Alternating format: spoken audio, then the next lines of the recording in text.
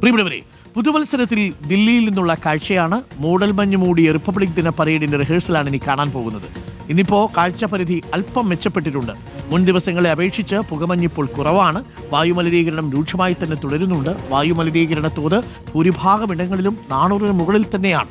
പുതുവത്സരാഘോഷം കഴിഞ്ഞപ്പോൾ എന്താണ് അവസ്ഥയെന്ന് നമുക്കൊന്ന് നോക്കാം. നോബൽ ബാരിക്കാരനുണ്ട്. ഇന്നലെ നോബൽ ബാരിക്കാരൻ രാത്രിയിൽ പോലീസുകാർ വന്ന് ഇറക്കി വിടുന്നതിന് മുമ്പ് കൊണാട്ട് പ്ലേസിൽ നിന്ന് ചില ദൃശ്യങ്ങളും വാർത്തകളും ഒക്കെ തന്നിരുന്നു. ഇപ്പോൾ പ്രേക്ഷകർ കണ്ടുകൊണ്ടിരിക്കുന്നത് പ്രഭാതത്തിൽ നിന്നുള്ള ഡൽഹിയിൽ നിന്നുള്ള ദൃശ്യങ്ങളാണ്. അവിടെ രാവിലെ റിഹേഴ്സൽ നടക്കുകയാണ്. ജനുവരി 26-ാം തീയതി റിപ്പബ്ലിക് ദിനത്തിൽ വലിയ ഗംഭീരമായിട്ടുള്ള ആഘോഷ പരിപാടികളാണ് തലസ്ഥാനത്ത് അരങ്ങേറാൻ പോകുന്നത്. അതിൻ്റെ റിഹേഴ്സൽ ഏകദേശം 2 മാസം മുൻപേ തുടങ്ങി.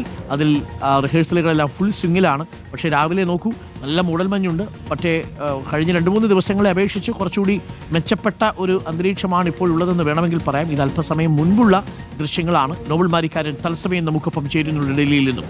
Nobel, good morning, happy new year. Nobel ബാരിക്കാരൻ, ഇന്നലെ നമ്മൾ കൊണാട്ട് പ്ലേസിലാണ് അവസാനമായിട്ട് കണ്ടത്. പിന്നീട് എനിക്ക് തോന്നുന്നു ആൾക്കാരൊക്കെ വീട്ടിൽ പോയി കിടന്നുറങ്ങിയെന്ന് തോന്നുന്നു. തണുപ്പ്, പുക, വിഷപ്പുക.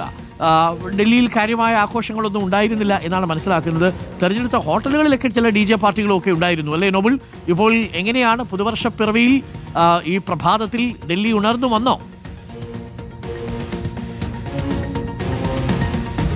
Arun, very good morning. ഒപ്പം ഹാപ്പി ന്യൂ ഇയർ. ദില്ലിയെ സംബന്ധിച്ച് ഇന്നലെ രാത്രി ഒരുപാട് വൈകിയൊന്നും ആഘോഷങ്ങൾ ഉണ്ടായില്ല. പ്രധാനമായും ചില പബ്ബുകളിലൊക്കെ മാത്രമാണ് ആഘോഷങ്ങൾ ഉണ്ടായത്. കാലാവസ്ഥ വളരെ മോശമായിരുന്നു. അത് മാത്രമല്ല വായു മലിനീകരണം അടക്കം അത് സൂചിപ്പിച്ച കാര്യങ്ങളൊക്കെ വളരെ മോശം അവസ്ഥയിൽ തന്നെയാണ് രാജ്യതലസ്ഥാനത്ത് ഉള്ളത്. ആ അടിസ്ഥാനത്തിൽ ദില്ലിയിലുള്ള ആളുകളൊക്കെ പരമാവധി ദില്ലിക്ക് പുറത്ത് ഷിംലയോ അല്ലെങ്കിൽ അതുപോലെ മറ്റ് ജയ്പൂർ അടക്കമുള്ള മറ്റിടങ്ങളിലേക്കൊക്കെ ന്യൂ ഇയർ ആഘോഷിക്കാൻ പോയി എന്താണ് യാഥാർത്ഥ്യം. ഇതാണെങ്കിലും ദില്ലി ഇന്നിപ്പോൾ ഉണർന്നിരിക്കുന്നു. ആളുകളൊക്കെ സാധാരണയിലേക്ക് അവരുടെ ജീവിതത്തിലെ മറ്റ് സാഹചര്യങ്ങളൊക്കെ അങ്ങ് പൊരുത്തപ്പെട്ട് പോവുകയാണ്. നമ്മളിപ്പോൾ ഉള്ളത് കർത്തവ്യപഥത്തിലാണ്. നമുക്ക് ദൃശ്യങ്ങളിൽ കാണാൻ കഴിയും. ഇന്നിപ്പോൾ മുൻ ദിവസങ്ങളെ അപേക്ഷിച്ച് മൂടൽമഞ്ഞിന് വലിയ കുറവുണ്ട്.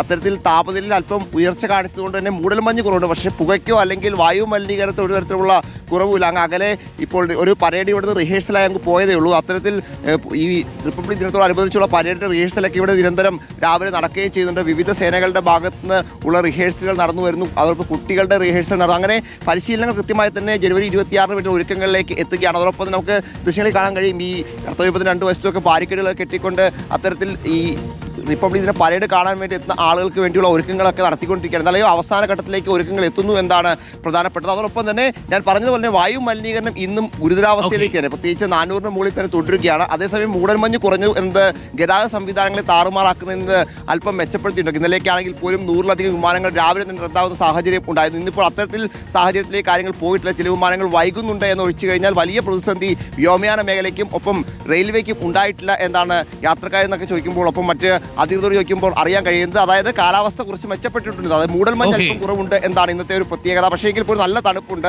ഇന്നലെ 6 വർഷത്തെ ഏറ്റവും ഉയർന്ന തണുപ്പാണ് ഇന്നലെ ദില്ലിയിൽ രേഖപ്പെടുത്തി. 2025 അവസാനിച്ചത് വലിയ തണുപ്പിലാണ് എന്ന് വേണം പറയാം. പക്ഷേ 2026-ലേക്ക് കയറുമ്പോൾ തണുപ്പിൽ നേരിയ കുറവുണ്ട്. ഒപ്പം പുകമഞ്ഞിനും ഒരു കുറവുണ്ട് എന്താണ് ഒരു ആശ്വാസം വരുന്നത്. Okay, thank you. ഗംഭീരമാവട്ടെ. ഇത്തവണത്തെ നമ്മൾ റിപ്പബ്ലിക് ഡേക്ക് വേണ്ടിയാണ് കാത്തിരിക്കുന്നത്.